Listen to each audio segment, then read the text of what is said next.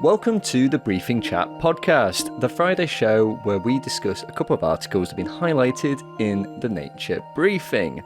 And joining me this week to chat science is Maren Hunsberger. Maren, how's it going? Hello. I'm good. I'm a little overly warm thanks to London's heat wave, but we're here and we're chatting briefing. Yes, it is very hot here in London and across most of Europe. Records are being shattered right now, but that's not the news we've got for you this time. I was reading a story in Nature this week about AI, and it's about whether AI is, well, kind of ruining our skills. Uh-oh. I don't like the sound of this one, but I bet you I can guess some of the results. Well, the one thing to say is these are early results, and as is something we often like to say on the podcast, more data will be needed, more studies, etc. But this is, as I said, an article in Nature that's taken a dive into the early results that have been coming in around this issue. So you probably heard it said that maybe our skills will atrophy because we're using AI, the idea being that AI will do things for us and we won't need to do them, and therefore we'll lose the skills required to do them. And for physicians and software engineers, that does seem to be the case, according to these data. Uh-oh. Interesting populations to look at. In what scenarios are doctors using AI to replace skills that then they're losing? So this particular study was based in Poland, and it was looking at physicians who specialize in endoscopy. So this is like using flexible probes to have a look inside people. And in this case, these were experts at doing colonoscopies. They'd done at least 2,000 in their careers, and they were trying to flag precancerous intestinal lesions called adenomas. And so in this study, there was an AI tool that was available some days and not others that would also flag these adenomas. And before the tool was introduced, the physicians could identify at least one adenoma during 28.4% of colonoscopies. But after the tool was introduced, if they didn't have access to it, that decreased to 22.4%. Wow, it really is use it or lose it. You got to practice or you get out of practice. Yeah, it's interesting as well because this was during just a 3-month period after the tool was introduced. So it seemed like quite a rapid and, in this case, statistically significant drop in their ability to detect these adenomas. So the study authors say that continuous exposure to such tools could cause clinicians to become less motivated, less focused, and less responsible when making cognitive decisions without AI assistance. Uh-oh. Indeed. And that wasn't the only study. So there was a preprint, so bear in mind this is not a peer-reviewed study yet, that looked at computer science. And so in this case, there was a randomized control trial with 52 individuals. So randomized control trial, some people do one thing, some people don't, and you're able to sort of infer the differences. And in this case, half of the group were encouraged to use AI tools and half were not.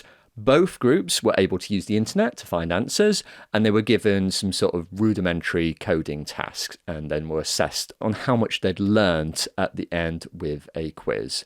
And in the group that were encouraged to use the AI, they scored about 50% on this quiz, whereas the group that didn't use the AI scored around 67% on this quiz, which implies that the people not using the AI are actually learning a little bit more, especially because the questions that the AI group did poorly on were those that required them to diagnose errors in the code, which suggests that they had failed to learn the concepts behind the code, even though they just produced it. So it really seems like the learning itself is the thing that's been affected here. Interesting. Yeah, I think I've seen a couple of different studies come out, in neuroscience and psychology journals regarding how much of the brain is actually involved when completing tasks using AI or helped by AI. And it's really interesting to see where that research is leading in terms of, okay, how involved is our brain in some of these tasks if we use these tools? And is that affecting how much we actually are able to learn? Yeah, and in some ways this is not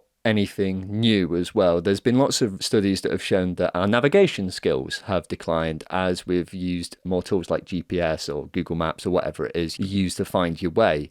But the worry with these sort of tools, these generative AI tools, is they're really trying to do the sort of like thinking, consideration, interpretation, the things that we sort of have, in the past at least, prided ourselves on as people. So the concern is that maybe some of those skills will be eroded. And at the moment, there's not a good sense of like how to stop that happening or how to get it back after it happens. There'll be a lot more research done on this, I'm sure, to try and understand this. This is still early days with many of these tools, but the researchers who interviewed in this article did raise this as a concern and basically suggested to people just really think about what you might be losing if you use these AI tools. Like maybe you don't care about certain things, like it's not something you want to be skilled in, but if they're core skills to what you want to do, then, you know, really think about it before you use the AI. Absolutely. Gotta go to brain gym. Gotta go to brain gym. Indeed.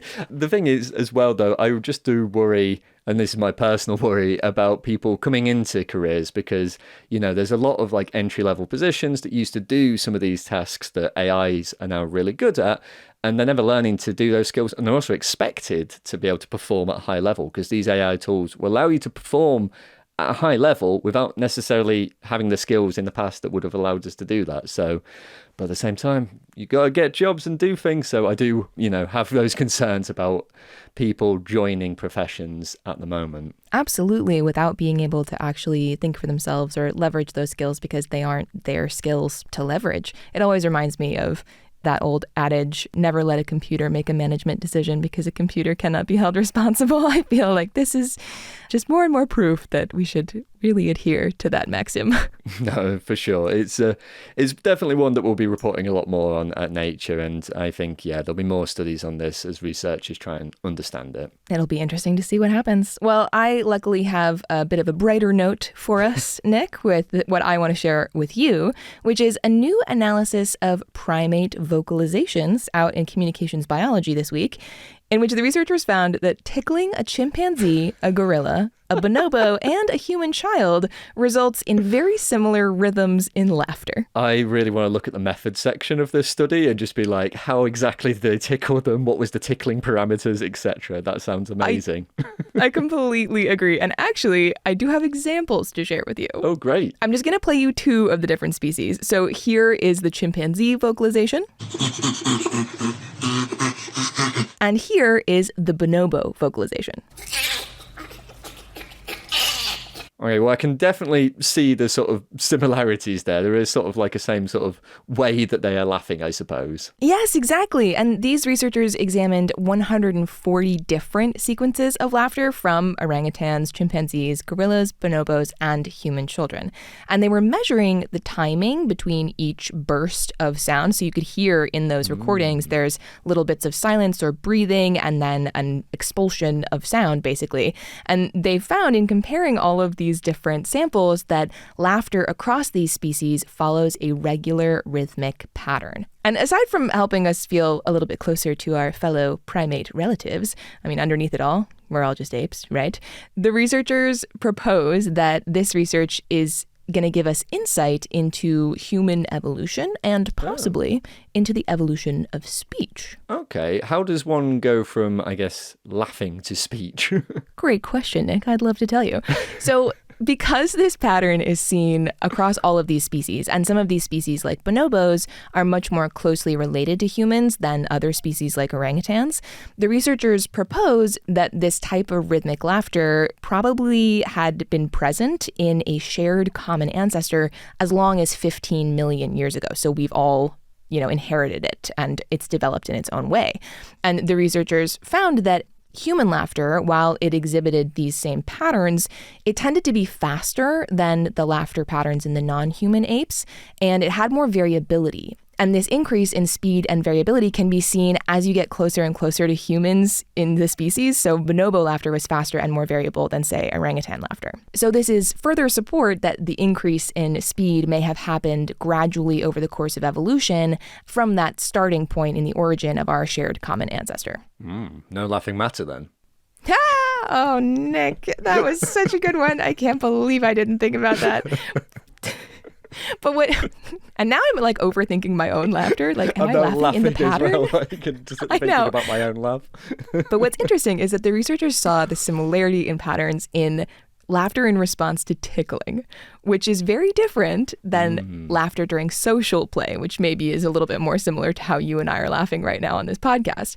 And that's because the researchers called the laughter that they recorded during social play quite a bit more messy than the laughter in response to tickling, which is maybe more of a innate physiological response.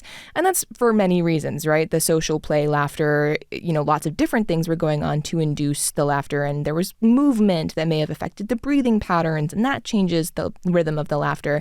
But also they found that humans, and consequently the apes that were closer to humans, all had more control over their laughter during social play and could change it in response to different social situations. And that's what makes these researchers think that the evolution of laughter may be influenced by or may reflect a development of greater vocal control, which obviously has implications in the development of speech. Wow, it's funny to think that, a laughter once could have led to the conversation we're having today, but that's super interesting research. But I think that's all we've got time for on the Briefing Chat podcast this week. If you've enjoyed these stories that we've talked about, if they've sent you into fits of laughter, then you can find links to them in the show notes, and we'll also put a link of where you can sign up to the Nature Briefing as well, so you can get more like them delivered to your inbox. And next week, we wanted to give you a heads up that the content may be a little bit different. It's not going to be the regular nature show and briefing chat that you know and love, but there will still be lots of things for you to listen to, so make sure you come back and check it out. For sure. And in the meantime, if you want to reach out to us, you can. We're on email, podcast@nature.com, or we're on social media @naturepodcast. I'm Nick Petrichow. And I'm Maren Huntsberger. Thanks for listening.